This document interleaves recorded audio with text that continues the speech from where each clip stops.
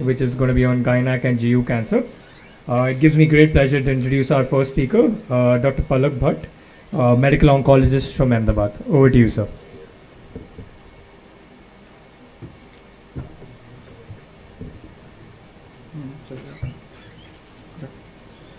Thank you very much. So today we are going to discuss about one of the important drug in case of castration-resistant prostate cancer, Abiraterone. We are using in 1000 milligrams since many years, but main concern is, are we ready to switch our treatment from standard dose to low dose? What are the facts, and it is really practice changing or not? So on a very quick background, when this drug was under study, it is evaluated at multiple doses level from 250 milligram to 2000 milligram, and study was also done with food and without food. Mean maximum concentration of the drug, area under curve, pharmacokinetic study, everyone was evaluated, and it is noted that when this drug was taken with high fat meal, it increased the drug concentration in blood by 15 to 20 times. Even with low fat meal, it increased the blood concentration of Abiraterone by 5 to 7 times. Dr. Chi et al. Also compared pharmacokinetics of Abiraterone, but investigator in that study does not evaluate the target inhibition. So ultimately it was an arbitrary decision. The recommended dose was set of 1000 milligram, and it should be taken as empty stomach. But after that, one of the important prospective international randomized phase 2 trial was conducted by Dr. Russell Smuswills. He evaluated low dose Abiraterone with food, with low fat food. What are the primary objectives? It is to compare the anti-tumor activity in both the arms as assessed by change in PSA level. Secondary objectives were to compare the pharmacokinetics, PFS, PSA response rate, and safety profile. Baseline characteristics of patient in both the arms are largely similar, like age, ECOG status, primary systemic treatment, prior ketoconazole, chemotherapy, disease location. The only main difference is white population were higher in standard arm, and African American were higher in low dose arm. So when we extrapolate the data in waterfall chart, we can see that PSA change from the baseline to 12 week in percentage is largely similar, but it is slightly better in low dose arm. And when we see the PSA change from the baseline to nadir, response rate was 61% in standard group and 69% in low dose group. In main trial, when Abiraterone was introduced, the PSA change from the baseline to nadir was 62%. Only one patient in low dose arm in this study progressed during the treatment, and 3 patients in standard arm progressed during the treatment. PSA progression-free survival is also largely similar, and median PFS was 8.6 months in both the arms. Now safety profile. Adverse event, there is not much grade 3-4 toxicity in both the arms. In both the arms, patient tolerated Abiraterone very well. Slight hypotension, hypokalemia, hypocalcemia, and hot flushes were higher in standard arm, but none of the adverse effect which leads to discontinuation of the treatment in both the arms.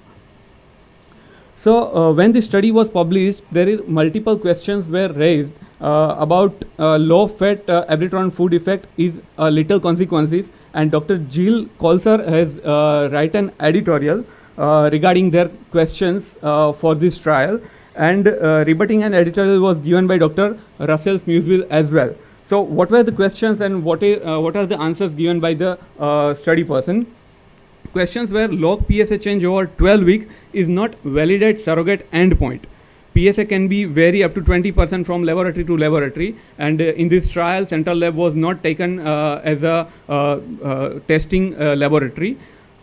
PK inferiority is seen in low dose group. Trough concentration of 8.4 is associated with PSA response in landmark trial, but here in Smuswills study, trough concentration of only 2 seen in low dose arm versus 8 in standard dose arm, and PFS was similar in both the arm, 8.6 months, but in landmark trial, PFS was 16.5 months, and which is quite in 8.6 months in these studies is quite lower than the landmark trial. So answers were given is this is a phase 2 trial, so it is quite appropriate to take log PSA change. They do PSA for every patient in the same laboratory. So if a person comes to OPD with PSA report in one lab, then every time when subsequent measurement required, the same laboratory was used. So for the same person, trend is not changed. Majority of the patient achieve PSA at trial level of 2 in this study, and PSA progression-free survival was taken in this study. In landmark trial, there was radiological progression-free survival was taken. So there can be change in radiological response versus PSA-PFS response. Dr. Ian Tenok also support this trial, saying that when cost is an issue, when compliance is an issue, we can use low-dose abiraterone with food with same efficacy. NCCN in 2019 also adapted that low-dose abiraterone can be given, particularly when cost is an issue. It reduces the cost, financial toxicity, as well as it improves the compliance. One of our Indian doctor, Dr. Amol Patel, has conducted a survey. He sent an email, a questionnaire of email to 251 medical oncologists. 118 response were he received in that trial. So first question is, are you aware of this trial by Dr. Smuesbills? And 58% say yes, they know about this trial. 21% read only the abstract, and 30% doesn't know about anything. 74% of doctors know that in 2019 NCCN adapted has that at 250 milligram of dose is with food can be taken into consideration. 93% doctors believe that it will improve the compliance. All doctors believe that it definitely reduces the cost. But the now main question is, are we ready to shift our normal practice from standard dose to low dose? At that time, 6% of doctors already have shifted low dose to abiraterone.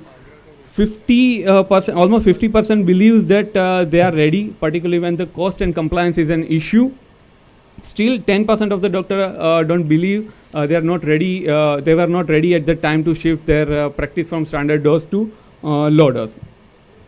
Thank you.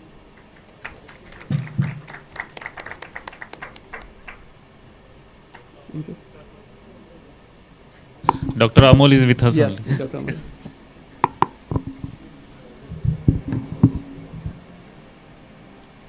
Please, sir, quick. Sir, any comment? Any comments on this? So basically, when I was doing my fellowship, the DM at AIMS, so this question was always there. You know, the 35,000 was the cost per month during those days. I'm talking about 2016-17. Though the cost has come down to around 7-8,000, but all these companies like Zydus, Intas, they have recently escalated the cost to 10,000, I believe. So for a patient, and now more and more you are going to give abiraterone in the frontline setting. So with a median PFS of 37 months, so you imagine the patient is going to have these tablets for almost 3 years. How this compliance is happening in the OPD when the urologist was the prescription, आप कैसे ले रहे दवाई? When I used to ask in the OPD, हम तो खाना खाने के बाद ही लेते हैं सर. कितना लेते हैं सर? कभी 2 लेते हैं, कभी 4 लेते हैं. मन किया 2 लिया. So this was the rampant, and I believe it is everywhere. Hardly any patient is going to take 3 years, early morning, 12-hour fast with 4 tablets, wait for 1 hour, and then take your first tea. Is it possible? The ground realities are very different. So when I was reading the first editorial about Ian Tenok, there is another fantastic editorial to this low-dose abiraterone, whatever the other guy has written. He is Chinese-American. He has conflict of interest with the company which manufactures the abiraterone. So this they got it from a very beautiful law in US they have. They can find out which doctor is taking which money from which companies. Okay, so they found out, and then again the rebuttal was given. And openly, Professor Ian Tenok written in the another editorial which was published after I think 1 year of that publication in JCO itself. he has completely exposed how the things are working. And in USA, the cost of Abiraterone in those times is per month $10,000. And if you really see how this Abiraterone came, Abiraterone was developed by a scientist in Britain, in a government or NGO funded laboratory. From there, the German company bought that, did the initial phase 1, phase 2. Japanese did the phase 2, and all of a sudden realized Johnson & Johnson, they just grabbed it and did the phase 3, and they decided the dose, they decided the cost. So having said that, when I just one day got up at 5 o'clock and I have to do it because my colleagues were not ready and everywhere I was getting criticism. Let's do, if the NCCN has done, how many have read this NCCN? Frankly speaking, the footnote nobody reads, and that was the gist of this. And while preparing this, there is interesting aspect in this low-dose Abiraterone survey. We have done the economical aspects or studied the economics of that also, and on a model based. When I was just figuring out the zeros, I couldn't get it. यार कितना हो रहा है मुझे समझ में नहीं आ रहा. My daughter was that time in 9. मैं बेटा तू आ लिखना ये जीरो कितने हो रहा है. Can you believe it? For India, with a cost of 25,000, with the 50,000 patient prostate cancer, if you adopt the 250 milligram per day with meals, the 1400 crores of Indian rupees can be saved. Can you believe it? It is written in that article. So that is the the story behind it. Without just wasting much time, I just want to tell the residents one thing more about the confusion about the low fat breakfast or the meals. So it is absolutely fat soluble medicine. The worry is if you take the one tablet also, and if you take too much of fatty meal, whether that will lead to toxicities. That is the worry for the trialist. For us, the Indian meal, lunch is a good meal, wherein we have a dal, chawal, sabji, whatever, and some 1 or 2 teaspoon of ghee is adequate. So when I discussed such issues with the Professor Tanak also, he said, yes, your lunch is the kind with the way we have breakfast. So that is the confusion you should bear. Some of the clinicians I saw, they say don't eat fat with your meals and just take the tablets. So that confusion you should get it out of it. That's it.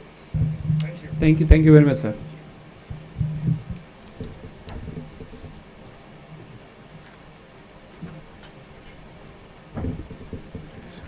Thank you so much, Palak sir. Thank you so much, Amol sir. We'll now move on to our next session. It gives me great pleasure to introduce our next speaker, Dr. Vineet Talwar, Senior Medical Oncologist from New Delhi. Over to you, sir. Yeah.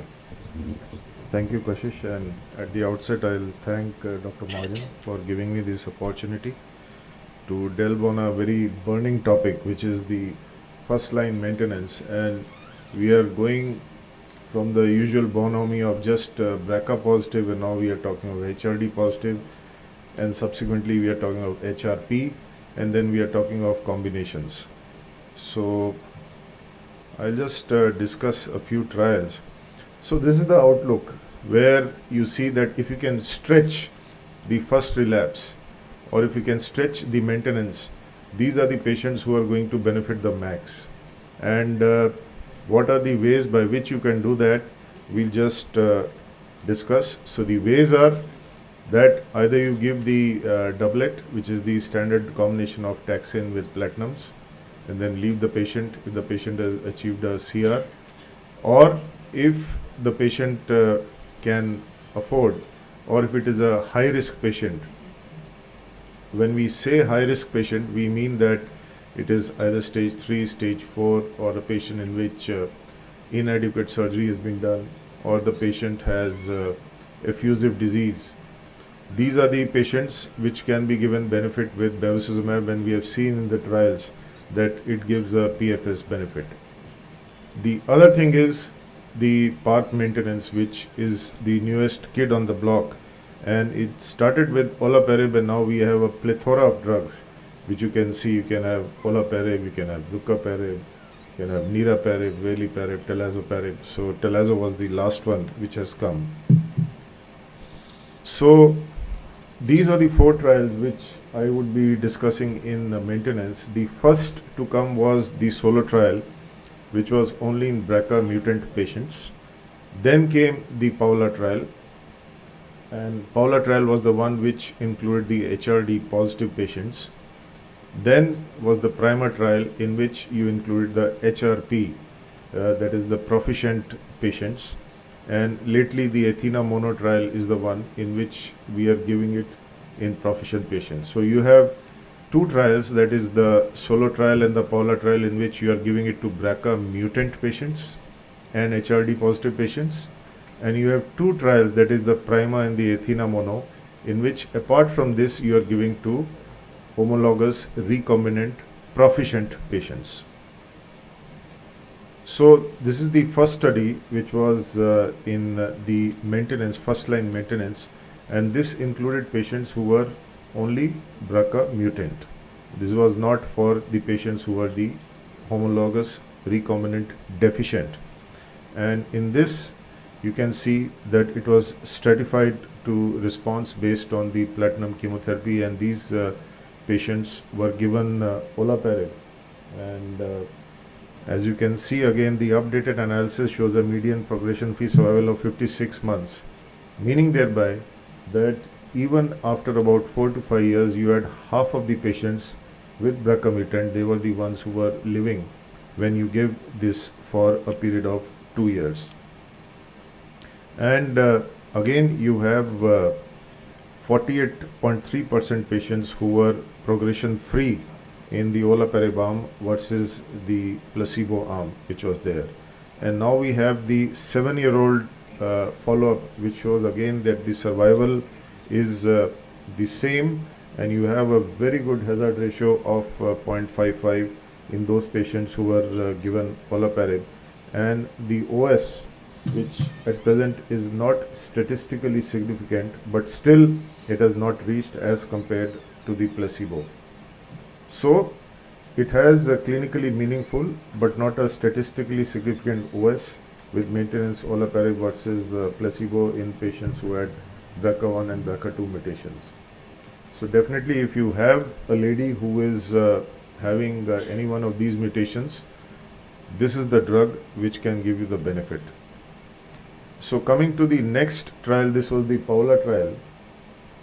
So if we go back about 3-4 years, we used to talk only of BRCA1 and 2 mutations. Then came the concept of HRD.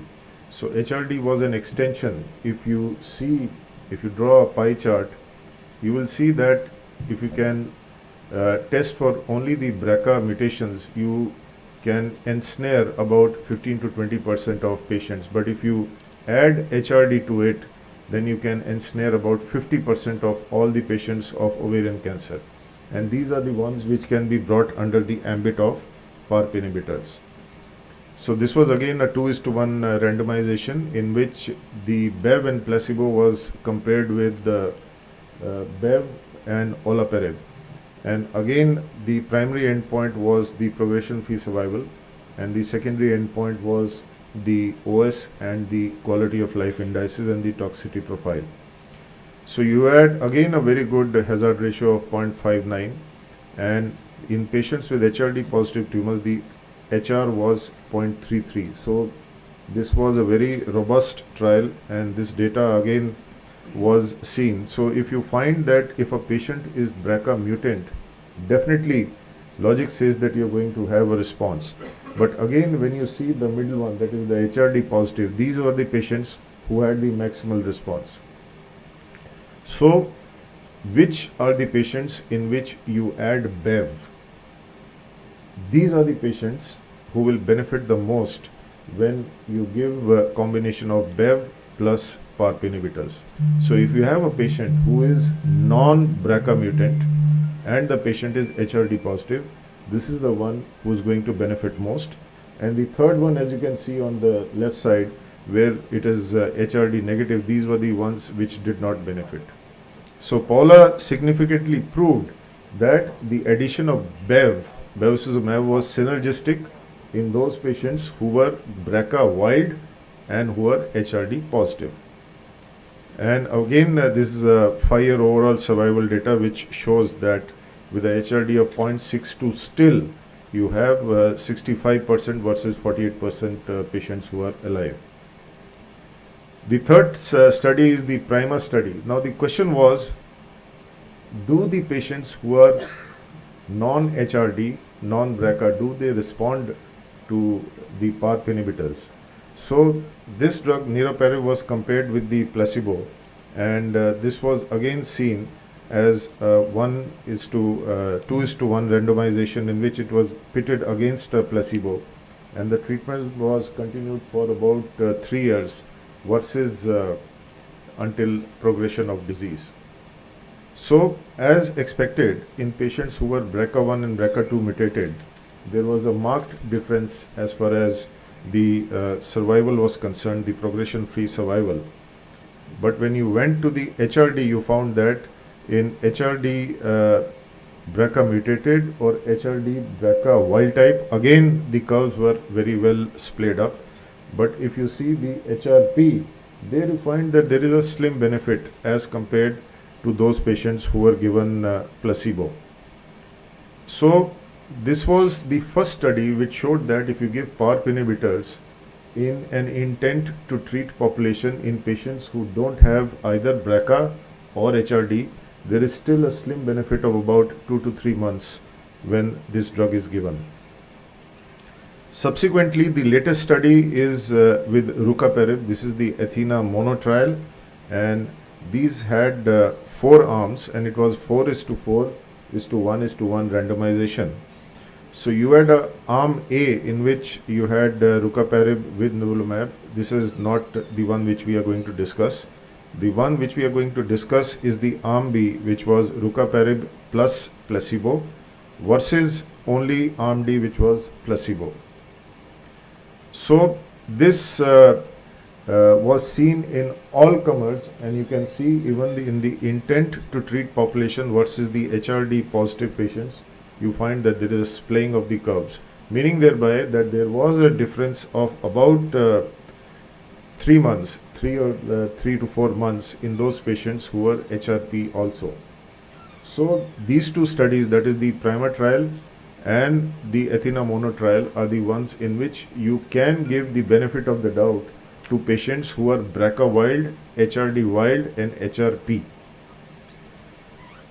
So this was a small study which we did in RGCI. This is our data, and you can see the ovarian cancer patients in the middle. There were about 74 patients, and 6 patients were the ones who had breast and ovarian cancer both. And here you can see that most of these patients in ovarian cancer were BRCA1 positive, and about 13.5% were BRCA2 positive, and about 27% had a positive family history. And these are the mutations which we found out in ovarian and both breast and ovarian cancer, and again the BRCA2 mutations which are there. So this is the basic summary slide. So whenever you start treating a patient of ovarian cancer, irrespective, you should do a somatic or germline testing. If possible, we should do a HRD testing depending upon the logistics. After that, we should proceed whether we should give neoadjuvant treatment or you do primary debulking upfront. And again, once you have done a neoadjuvant treatment and you have done a debulking, should you add bevacizumab? These are those patients who are high-risk patients, which I have already alluded to. And then subsequently, if the patient has been taking bevacizumab in the adjuvant setting, if the patient is BRCA mutant or HRD positive, these are the patients who should be taken under the Paula trial, in which you can combine olaparib and you can combine it with bevacizumab. Patients who are BRCA mutant per se, they can be given the benefit by the PRIMA trial, rucaparib and olaparib also. And patients who are HRP, that is who are proficient, as I've told you in these two trials, that is the PRIMA trial and Athena trial, they can be given rucaparib or niraparib in these patients. And patients who are only HRP, they can be continued on BEV, or probably they can be given rucaparib according to the Athena trial.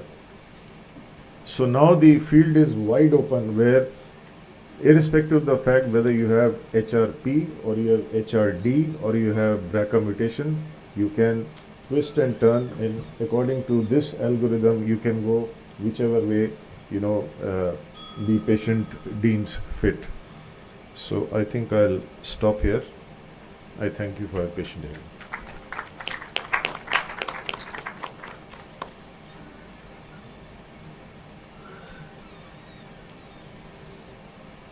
Thank you.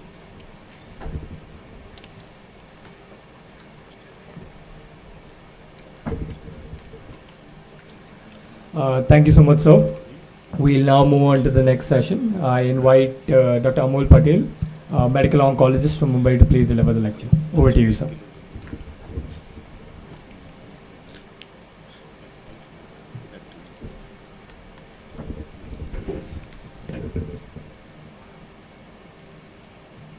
Well, good morning, ladies and gentlemen. Firstly, greetings from my hospital. It is the Indian Naval Hospital ship Ashwini, located at Kolaba, Mumbai. So these days we see the beautiful buildings from all around the corners. We have the same one on the banks of Arabian Sea. So I'm not going to discuss too many articles or publications or the info available on this subject, as the theme of this conference was the Indian data, and I must stick to the Indian data on this subject of prevalence of BRCA1 and BRCA2 mutations among very selected cohort of ovarian cancer. We all know the hereditary breast cancer, ovarian cancer syndrome is a well established in the medical oncology community, but there are certain areas or lacunas in literature we must know. So this study was done by our PI from Tata Memorial Hospital, or the RTRAC, Professor Sudeep Gupta sir, and there are other 6 institutes from all over the country. The very purpose of my discussion about this study will be to generate more interest among the residents. So when you are planning a study, your background should be very crystal clear, and think very what our country needs and what are the lacunas. So when you are looking for the background, a very simple thing one has to know. For this ovarian cancer, the authors have categorically said that in India is the 3rd most common malignancy after breast and cervix, but however it is the #1 cancer killer across the globe when we consider as only the female cancers. We all know about this risk of germline mutations in BRCA1 and BRCA2, the famous story of Angelina Jolie. However, such kind of mutations are not studied prospectively in India. There are some series in that the range is quite wide, and on those series were selected population, like those who are having family history or younger age. In those series, the prevalence of BRCA mutations were around 25 to 30%. The real world we didn't know. So they plan a very simple study. It's a observational study under the concept of what we call as cross-sectional study, wherein we define a time and we don't do any intervention. So basic non-interventional, prospective, multi-center and collaborative study from 7 institutes of India. Majority of institutes were located in Mumbai and Bangalore. Study duration was March 2018 till December 2018. Highlighting the point here, if you have such kind of a cross-sectional design and you have a thought process, do it in a timeline, like this study was conducted in just 10 months of time. All inclusion criteria were women more than 18 years who are all diagnosed with the CA ovary, primary peritoneal carcinoma, and also the fallopian tubes. The primary objective was very simple: determine the proportion of patients with germline pathogenic or likely pathogenic mutations in BRCA1 and BRCA2 gene, and also study the variant of uncertain significance, and also see how this prevalence of mutations are correlating with the family history or age or histopathological subtype. So in further moving to methods, the testing was done at a central laboratory in Bangalore, and it was obviously the NGS was the technology. I will not go in much details of this.